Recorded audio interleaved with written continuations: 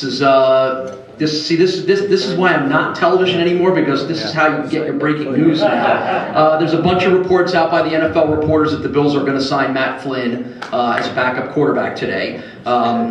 The one indication on the one that I read was that he will not replace Jeff Toole, but he will be a third quarterback on the roster. Flynn was in for a workout today, and again, it looks like the Bills are going to sign him.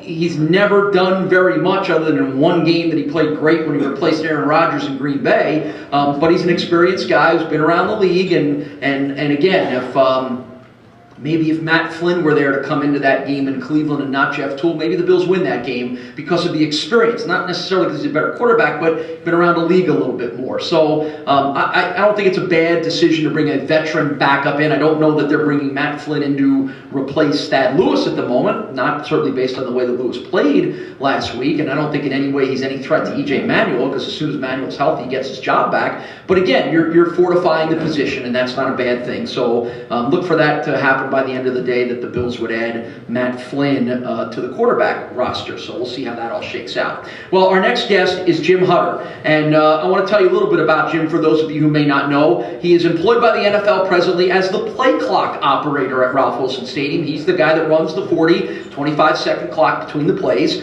Does it for all Bills home games. He's also the crew chief and the supervisor for the Bills chain crew. He was a member of that chain crew for over 30 years, dating back to 1967. Jim has missed only one Bills home game since 1961. That's pretty amazing in itself.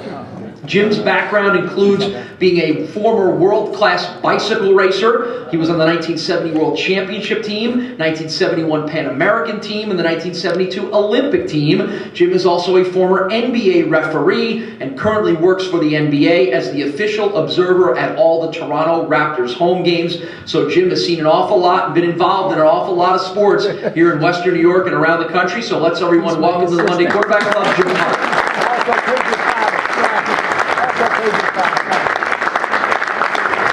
Thank you, Paul. Before I start, I'd like to ask a couple questions to the crew. And looking out here, looks to me like it's a veteran crew. How many people here went to games at the Rock Pile? Good. Because all my stories are about the Rock Pile. Generally speaking, when friends of mine find out what I do, that I run the play clock and I head up the chain crew, they usually ask me three questions. How long have I done it for? How did I get the job? And how much do I get paid? So I'm going to try to answer your three questions, maybe not in that order. But my dad, Al Hutter, was one of the original American Football League officials. And as a young kid growing up, I was fortunate enough to be able to tag along with him to go to the games. And at the Rock Pile, if you were at the Rock Pile, you'd come down the ramp, you'd go through the concession stands, and you'd go out into the gate area. And as a young kid, I was 8, 9 years old, when we got to the gate, I didn't have a sideline pass. I would just grab the hand of the closest official, and I'd walk out onto the field. Well, that was the easy part. The hard part was staying on the field without a sideline pass, because there was one old guy from South Buffalo that if he caught you without a sideline pass, he actually put you in a headlock. So I learned very quickly to make yourself look like you knew what you were doing. So I'd immediately get onto the field, go over to the bench, grab a towel, put the towel around my neck, and grab a water bottle. And I'd walk up and down the field in the players. Well, this one game, 1964, Kansas City Chiefs come into town. Lenny Dawson, Abner Haynes, Otis Taylor, Mac Lee Hill. When Mac Lee Hill got hurt in the Bills game, he came off the field, and I actually gave him my water bottle, the bottle. And the following day, when he was being operated on, he passed away. That's a memory that will stay with me. But of course, you have the legendary coach Hank Stram. Hank Stram was an icon in the American Football League. He was always dressed impeccable. He never wore a headset. He'd have a white shirt, red tie, black blazer with the Kansas City Chiefs logo. And he'd have the program rolled up. Right before half, we're down about the 30-yard line. In the infield at War Memorial, Hank turns to me and says, "Son, I'd like to use your towel." Sure. So he takes my towel, he bends down, he wipes his shoes off. Okay. The half ends, he hands me the towel back, hands me his rolled up program, and says, meet me in the dressing room. I've got Hank Stram's program. The first thing I said to myself, this program's going to be on my bedroom wall in about 2 hours. So Hank heads off the field, up the tunnel. I open up the program, and inside the program there's about 4 pieces of paper with his plays. Short yardage, punt formation. I went, oh my God, I'm really in trouble. So I look across the field. There's Lou Saban running across the end zone, chasing the referees, yelling at the refs. One of them was my dad. I said, well, I don't think I can give him the notes. Coming up behind him, Joe Collier, the defensive coach. So I run up to the coach. I said, Coach. I grab his arm. He says, not now, son. No autographs till the end of the game. You idiot, I've got the plays from the Chiefs here. So I grab his hand. I throw the program in his hand. I beeline it down the sideline, jump over the Bills bench, jump into the stands, never to be seen again. Bills win 34-17. The Chiefs did not make a first down in the second half. And I did not appear on the Chiefs sideline the second half. My dad would always allow my brother and I to make one road trip a year with him. And I had the pleasure of going to some places like Frank Yule Field in Oakland, Jepson Stadium in Houston before they built the Astrodome, the Polo Grounds in New York. 1966, I make the trip to Miami. It's the first year the Dolphins are in the league. It's a typical South Florida day. I'm up in the stands. Starts the rain, gets a little dicey. My dad comes over to me. I'm sitting in the end zone. He says, Jim, I need some help. He says, the ball boy didn't show up today. Can you help me? Help you? This is my calling. I jump over the barrier, head to the Bills bench. I grab the towel. Now it's raining a little bit. It's misty. It's raining. The Bills have the ball. I take the ball. I dried that ball off as best I could. I got the laces as dry as I could. Miami would have the ball. I dry that ball off really good, get the laces really dry. I had a sweatshirt on. And just prior to me running out onto the field, I put my hand in a little jar of Vaseline, swiped up the laces, ran out, gave the ball to the umpire. Bills win 29-zip. They threw 3 interceptions and fumbled the ball twice. That is a true story. As I got a little bit older, my dad says to me, you're a little bit older, Jim, and you're a little bit more mature. I don't think he knew about the other 2 episodes. But he put me on the chain crew. And I worked my way up to the lead stick. This is the stick that's 10 yards down from the ball. It's in a really tough spot with all the receivers and the running backs. That's where they want to make eye contact. And I remember this one play in particular. Marv Levy was the coach. Thurman Thomas hits up in the off tackle, no gain, bounces outside. He's coming right at me.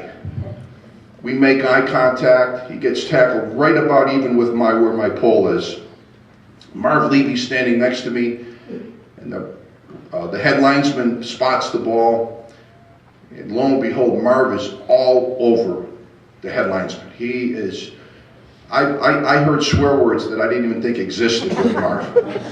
One of Marv's favorite expressions was, you over-officious jerk, which I thought was pretty cool. He is screaming at the head linesman. He won't let this guy go, and I'm standing next to him, and I just turn to my left, and I look at Marv. Marv's got steam coming out of his mouth, and I look at him, I said, Marv, don't worry about the spot. I got the pole.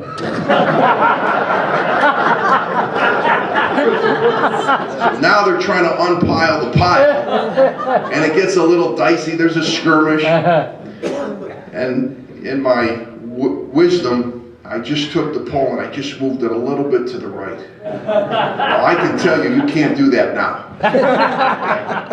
Well, there's slack in the chain. so I was smart enough to put my foot on the slack of the chain. The referee comes over, who was Gordon McCarter at that time. He knew my dad, he knew me. He looked at me, he looked at the pole, he looked at the ball, he looked at Marv, and he went, "First down, Buffalo." Marv patted me on the ass as I went by, and he goes, "Good call, kid." But as Paul said, I've only missed one Bills game since 1962. I would have probably been at that game when Ralph threw 3 touchdown passes in 61, but I've only missed one game since 1962. It's been a great 50-year experience. I could sum it up in one word, that would be priceless. All 3 of my kids have been members of the chain crew. 5 years ago, my daughter Paige has broken the gender barrier with the National Football League, and she's a member of the chain crew.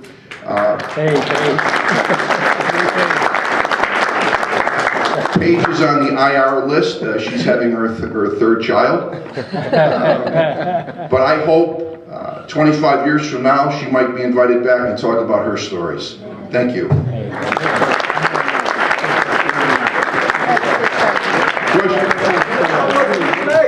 How much I'm well paid by the National Football League. Thank you. Are there any questions? Question. What made you miss that one game? I was actually competing in South Africa. I was on the Olympic team, and I was cycling, and it was October. It was the game that actually the guy went across the wire, and I remember it. One day like it. Good reason. How do they control the chain now so that there can't be any humanity? We have honest people. I will answer the question. Years ago, when I first started in 1966, 65, there was no organization. I'd go to the game, and I remember one game my dad coming to me and saying, "We only have 3 members, can you get one of your buddies out of the stands?" And I got a guy out of the stands, and at halftime he quit because he got cold. But the scrutiny, the security checks, the background checks, the drug testing, it's pretty legit. And of course, obviously, with the technology that they have now, everything is recorded, everything is written down. It would be extremely hard to do that. And if you did, the position that I'm in, running the play clock between each play, 40 or 25 seconds, that is under scrutiny tremendously. They've released a couple people last year that either fell asleep at the switch or they felt that they were favoring the home team. Have you ever been involved in something that you would consider to be a clock controversy? Knock on wood, no, we haven't. We try to stay underneath the radar. We're rated, the timing crew, the game clock operator, the play clock operator, and the person that sits next to me, who is the coach to the quarterback cutoff switch, he disengages the transmission in both the helmets on the offensive team and the defensive team at 15 seconds. Again, every game is rated. At the end of yesterday's game, we went into the dressing room, we talked about any plays that came up, and Ed Hockley gave the game clock operator and the back judge, Don Carey, gave us a thumbs up. So we had a good game yesterday. If you have a bad game, you'll usually get a phone call on Monday morning. When there's a challenge, and then the team loses the challenge, and they have to reset the play clock, what's the process they use? Is it video, or I mean, what do they, or is it somebody just kind of saying, well, I think 3 seconds went off the clock? I mean, how do they? Well, the rule on resetting my clock on a challenge, if it's outside of 2 minutes in the whole game, my play clock would automatically be reset to 25 seconds. If it's under 2 minutes, my play clock is going to, if it's reversed, if the play is reversed, my play clock is going to stay where it's at. If it's under 10, I would reset it back to 10. So there is a whole litany of plays and rules and regulations on when to reset. So they consult with you to reset the clock? They actually consult the chain crew. We have now 8 members on the chain crew. And there's a person on the chain crew that records every penalty, who called it, when it was called, whether it was accepted or declined. And they write down the time of every snap. So if they have to go back, if you see on the if you're a real student of the game and you see the box person, first down, second down, on the box, on the pole, he writes down exactly where he's at. So if there is a reversal, if there is a challenge and it has to go back, we've been perfect. And that's a tough play. Jim, explain that. There were some questions yesterday about the late in the game, the penalty on the incomplete pass on the A.J. Green catch that then was replayed, but there was a penalty there. Can you explain a little bit of what went? Remember the play at all? No, It was late in the game. I know there were a few people that wondered about all that. Maybe I can refresh your memory. Help me out with this one. It was ruled incomplete on a sideline throw to A.J. Green, but there was a penalty against the Bengals on the play, but then they marked the penalty off, and the Bills declined the penalty, but then they reviewed it and determined that it was an incomplete pass. But if they had determined that it was a catch, then they would have given the Bills the option to take the penalty, right? Correct. And I think if you remember that play, Hockley had his microphone on, and you could hear him, because they declined the penalty initially thinking that it was going to go to fourth down. It was an incomplete pass.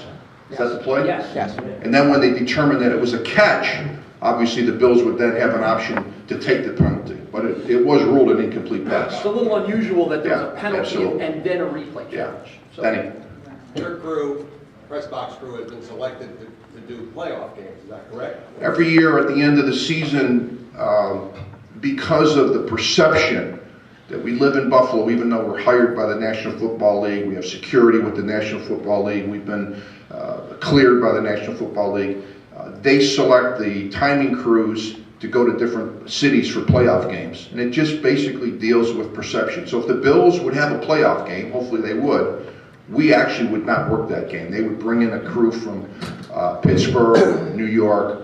2 years ago, we went to work the game in New England. 3 years ago, we went to Pittsburgh. We were selected. Obviously, they're not going to send a crew from Buffalo to San Diego. So it is regional, but it is a nice assignment. Anybody else? It's been great. Anybody else? Jim. Oh, I'm sorry. I just wanted to mention that your dad was a great person, and I went to South Park High, and he was the phys ed teacher, and also I had him for help. But when I saw the name Hutter, the first thing I thought of was your dad. Thank you. Al. Yeah, great man. Al was he was an icon in here.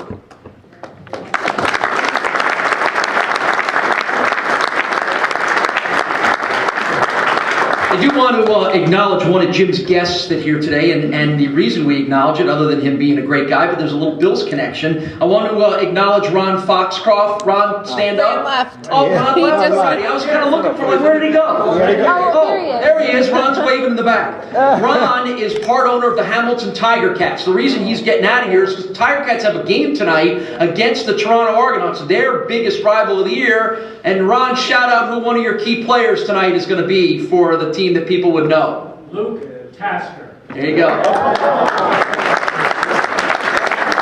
Steve Tasker's son is playing for Ron's team, the Hamilton Tiger Cats, in their game tonight. So that's something for you to keep an eye on. And we thank Ron for coming, and Ron and Jim have known each other a long time. So speaking of the Taskers, our next guest certainly was a teammate and a longtime friend of Steve Tasker. He is the Bills radio color analyst. He does an outstanding job. You cannot listen to a game and not learn a whole bunch of things about football when you hear Mark Kelso talk. So that's the pressure you're under today right now, Kelso. Teach us something, Mark Kelso.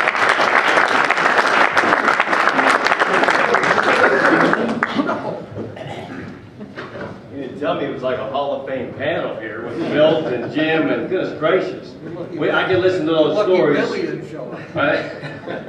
I can listen to those stories all day. It reminds me of Notre Dame. I have a daughter at Notre Dame, and in every game they bring in some of the all-time greats from Notre Dame, and people can drop $5 in a jar to go in there and sit in a tent with those guys and just tell Notre Dame stories. And I know Mike McCoy, who will be in town in a couple weeks, the great Notre Dame defensive tackle, Green Bay Packers, and he comes in to speak to a lot of the Catholic high schools in Western New York. He'll be in with that Notre Dame football club, or the Notre Dame alumni club here in Western New York. But great stories. Great stories. Appreciate that. Thank you for helping us out during the 90s. I appreciate that. I can't stand at a podium. Can I not stand at a podium? NFL. Can you hear me if I just talk like this? No, Okay, no. you can't? Here, wait. See, we always have, you're so high maintenance. You know, we always have to Okay, I thought we were gonna get a little Oski Wee Wee, Oski Wawa, Holy Saginaw, Tiger Cat, Cedar Rod. Isn't that what they say in Hamilton? Like, you've never had them say that for you? That's like the big cheer. They got a guy in a hard hat. Have you ever been to the Hamilton Tiger Cat game? It's a lot of fun, like 25,000 fans, and it was like, I've been there before when when Michael Clemens, who is, any of you who know Toronto football, those guys call me all the time, the fan 550 in Toronto, but Michael Clemens was Pinball Clemens in the CFL, great athlete, played at William & Mary. So he lives in Toronto. I think he could be mayor of Toronto. Never talked to a person in Toronto who didn't think he was the greatest guy in the world. And he wore a pair of long underwear at William & Mary if it dropped under 60 degrees. I don't understand how he could play in Toronto. So this is interactive. They have a dome, they do, but he's got to walk to it from the car, right? Let's make it interactive. I don't want to just talk about yesterday. Let me tell you, I'll tell you a couple things about the game yesterday. And then and we can talk about that if you want, and then everything's fair game, because I can do a little sidestep with the best of them. If I don't want to answer it, I'll just talk about something else, right? And because somebody always they'll say to me once in a while, well, what happens if you don't really see the play or something, or you're not looking at where the play occurred? I said, I just make it up. They don't see it either anyway. They're just listening on the radio. So yesterday, a couple of plays. First of all, let's talk about Thad Lewis. I don't know anything about his injury, but let me just tell you this. We played my last game was the Super Bowl in Atlanta. And when that game's over, I mean, you have so much adrenaline pumping when you're playing a game. After that game's over, about 2 hours later, I can't even move my wrist. It feels like it's broken. And so now we've done all this post-game stuff, and in the post-game morning, I guess is what it was, instead of celebration. But I go down to Bud Carpenter's room in the hotel about 3 o'clock in the morning, and I'm like, Bud, I can't even move my wrist. You got to do something to this wrist. And all he did was tape it up. He put a really strong pressure wrap tape job on it. And then I'm thinking, I got to get it x-rayed tomorrow. He said, yeah, we'll x-ray it in the morning before we leave from Atlanta. And about noon the next day, it felt like nothing was wrong with it, honestly. So you just don't know with Thad Lewis's foot. So after the game, he didn't really notice it during the game because of the adrenaline and the excitement of the game. Now it's sore. Now they put a pressure wrap. They put a boot on it. He walked out with a boot. And let's see what happens when they evaluate it again today, or what happens after a couple of days of rest. It may very well be nothing. And then again, a sprained foot can be something that can be irritating. And it is. I don't want to talk about the Jairus Byrd situation, but let me just say this in his defense. Jairus is a very high character young man. I think he got some bad advice about the contract situation, but if he legitimately had a plantar fasciitis issue with his foot, it is difficult to change directions and accelerate and explode off of those change of directions as a defensive back. It's really difficult to do those things and play at the level that you need to play to be successful in this league. So if that was the issue that was going on, then I don't discredit him at all for waiting until that healed so that he could play at the level he's accustomed to. So, a couple plays from yesterday. One is, who the heck is Giovanni Bernard? That guy, I mean, the quicks that he had, he was a rookie out of UNC. He's the first guy that made Kiko Alonso look mortal, because a couple times Kiko had him in man coverage. They had a nice strategy yesterday because they knew the Bills were in man. So what they do, they took A.J. Green and they shortened his split. Did you notice that? So he's lined up about 7 yards outside the offensive tackle, and they run him down the field. Now he's running like at 100 miles an hour in this route, isn't he? No, he's like walking in the route, because who's supposed to cover Bernard out of the backfield? Kiko Alonso. So now he's walking out on his pattern. Kiko's trying to get over the top, and Bernard's running that little flare pattern, and all Dalton's doing is stepping back and dropping it to him in the flat, and then he's got to get there. And a couple times he couldn't quite get there because Bernard's fast. That strategy worked. The reverse was a play that the Bills haven't gotten caught too many times on that this year, but that was a play where, honestly, I'm not placing blame. Look, these guys are fabulous athletes. So, but that responsibility was probably Jerry Hughes on that one. He's played great for the Bills, but what happened is he took an angle back towards the middle linebackers. He's supposed to go across the line of scrimmage and come down the line of scrimmage. He would have nullified that play, but he didn't. He was back about 5 yards deep, and then he couldn't catch. Who ran that? Who was that? Jones? That was Marvin Jones. And then the two screen patterns, yeah, one, they worked against Stephon Gilmore, who you need to have him in there so he can get in game shape with his legs. But the club was very restrictive as far as what he could do in the press game and what he could do if he was trying to make tackles. And a couple times they caught the Bills in that situation. And I don't know if you saw it, but this is the game. This is how violent football is. Did you see Whitworth? You know how much that guy weighs? Their offensive tackle? He's 335. And he came out on that screen. I think it was the one to A.J. Green. And Jim Leonard was coming. He was responsible to stop the screen on the outside. And he tried to get outside Whitworth. And Whitworth took his right hand, his palm, and put it in Jim's chest and sent him about 5 yards downfield. And I think Jim Leonard got up after that and said, man, I'm getting too old to play this game. Because it is a violent game. And then Whitworth just kept going downfield. He was running like a 4.6 down the sidelines as a 330-pound guy. So the speed, and talking about a couple questions about injuries.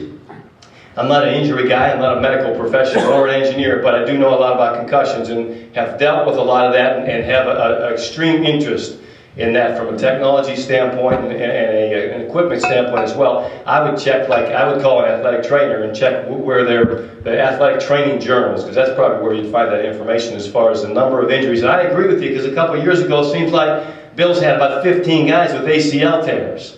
And when did you ever hear of an ACL tear? Years ago. But I don't know, and I don't know how that works, or with strength and conditioning, a divergence between your quad strength and your hamstring strength, or some of those things.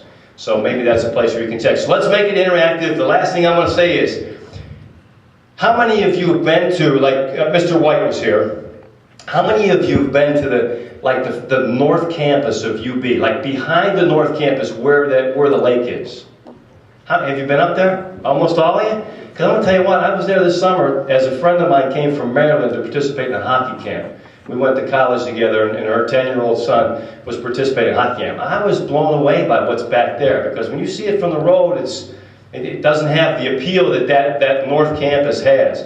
So you got to get up there, and what a great support to have a really robust college football community here in Western New York. It'd be fantastic, and there's some added interest to that game. Oh, who do they play this week? They play UMass. Yep. Okay, because UMass is the head coach of UMass is Molino? Molnar, who was on Kelly's staff at Cincinnati with Coach Quinn. So some added incentive this week. I'm sure there's some bulletin board stuff going on there. And he was actually a coach who coached at Notre Dame with Kelly for several years and was endeared. My daughter really enjoyed him being on the staff, because she worked for the athletic program at Notre Dame while she was attending as an undergrad. So let's go question and answer. I can talk all day. Jim and I can talk all day. Jim, right. We're going to go to lunch after this, because I might need to hear some more stories. That was fabulous, wasn't it? That's just really, really neat. Yes, sir. Special teams have hurt us badly in the last